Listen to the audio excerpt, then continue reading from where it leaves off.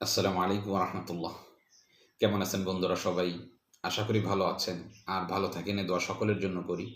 আজকে একটি গুরুত্বপূর্ণ বিষয় নিয়ে আলোচনা করতে যাচ্ছি। যে বিষয়টি সকলের জন্যই ফায়দাজনক হবে বলে আমি আল্লাহ তাআলার কাছে আশাবাদী।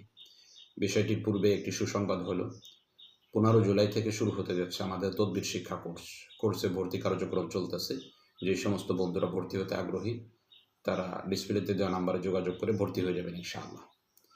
আজকের আলোচনা হলো সূরা ইয়াসিনের বিশেষ একটি আমল, যেই আমলের মাধ্যমে আমরা বিভিন্ন রোগের সমস্যার সমাধান করতে পারি। আমলের পূর্বেই মনে রাখার কথা হলো আপনার সূরা ইয়াসিনের প্রথমে জাকাত আদায় করে নিতে হবে। জাকাতটা কিভাবে আদায় করবেন? জাকাতটা আদায় করার নিয়ম হলো আপনার সূরা ইয়াসিন ফজরের নামাজের পরে পাঠ করতে হবে। কিভাবে পাঠ করবেন? প্রথমে 7 বার দুরুদে ইব্রাহিম পাঠ করবেন। এরপরে ইখলাসের সাথে, বিনয়ের সাথে সূরা ইয়াসিন পড়া শুরু করবেন। যখন প্রথম মুবিনে পৌঁছাবেন তখন আবার শুরু থেকে শুরু করবেন। এবার দ্বিতীয় মুবিন পর্যন্ত পড়বেন। দ্বিতীয় মুবিনে পৌঁছানোর পরে আবার শুরু থেকে শুরু করবেন। এবার তৃতীয় মুবিন পর্যন্ত পড়বেন। তৃতীয় মুবিনে পড়ার পরে আবার শুরু থেকে শুরু করবেন, চতুর্থ মুবিন পর্যন্ত পড়বেন। চতুর্থ মুবিনতে পড়ার পরে আবার শুরু থেকে শুরু করবেন, পঞ্চম মুবিন পর্যন্ত পড়বেন। আবার শুরু থেকে শুরু করবেন ষষ্ঠ, আবার শুরু থেকে শুরু করবেন সপ্তম, আবার শুরু থেকে শুরু করবেন, শেষ পর্যন্ত পড়বেন। এভাবে পড়ার পরে আপনি দুরুদে ইব্রাহিম আবার 7 বার পাঠ করবেন।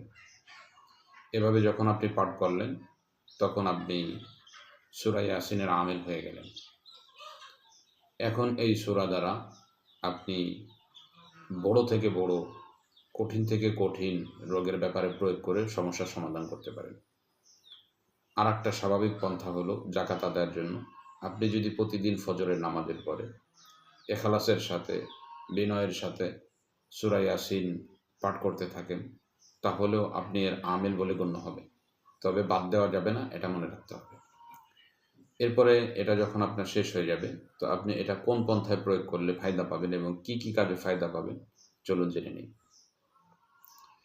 আপনি এবার যেই সমস্ত রোগীরা কঠিন থেকে কঠিন রোগে আক্রান্ত, সমস্যার সমাধান পাচ্ছে না, আপনি ইখলাসের সাথে, যদি আপনার ইয়াসিনের জাকাত আদায় করার থাকে, আপনি ইখলাসের সাথে সূরা ইয়াসিন লিখে পানিতে ভিজিয়ে এই পানি দিনে 2 বার করে এই রোগী খেতে থাকলে তার এই সমস্যাগুলো অতি দ্রুতই দূর হয়ে যাবে। বিশেষ করে যেই সমস্ত রোগীদের পেটে সমস্যা দেখা দিয়ে থাকে, এই পেটের সমস্যাগুলো, যে ধরনের সমস্যাই হোক পেটে, এই পেটের সমস্যাগুলো দূর করার জন্য সূরা ইয়াসিনের কোনো তুলনাই নেই। আপনি জাকাত আদায়ের পরে লিখে যদি পানিতে ভিজাই খেতে দেন, পেটের যে কোনো সমস্যা হোক এটা চলে যাবে এবং তার পেটের মধ্যে আল্লাহ তাআলার পক্ষ থেকে বরকত প্রবেশ করবে এবং নূর প্রবেশ করবে, যার কারণে সে এক আলাদা অনুভূতি অনুভব করতে পারবে। এইভাবে আপনি, বিশেষ করে যেই সমস্ত রোগীরা পেটের মধ্যে জিন্নাতের সমস্যা হয়, মনে করে যে জিন্নাতে হাঁটাহাঁটি করতেছে, জাদুর সমস্যা হয়, প্রচুর পরিমাণে গ্যাস অনুভব করে কিন্তু গ্যাসের সমস্যা না, এদের জন্য সূরা ইয়াসিনের এই আমলটি খুবই চমৎকার, খুবই ফায়দাজনক। ইখলাসের সাথে করলে আশা করা যায় তার এই সমস্যাগুলো দূর হবে ইনশাআল্লাহ।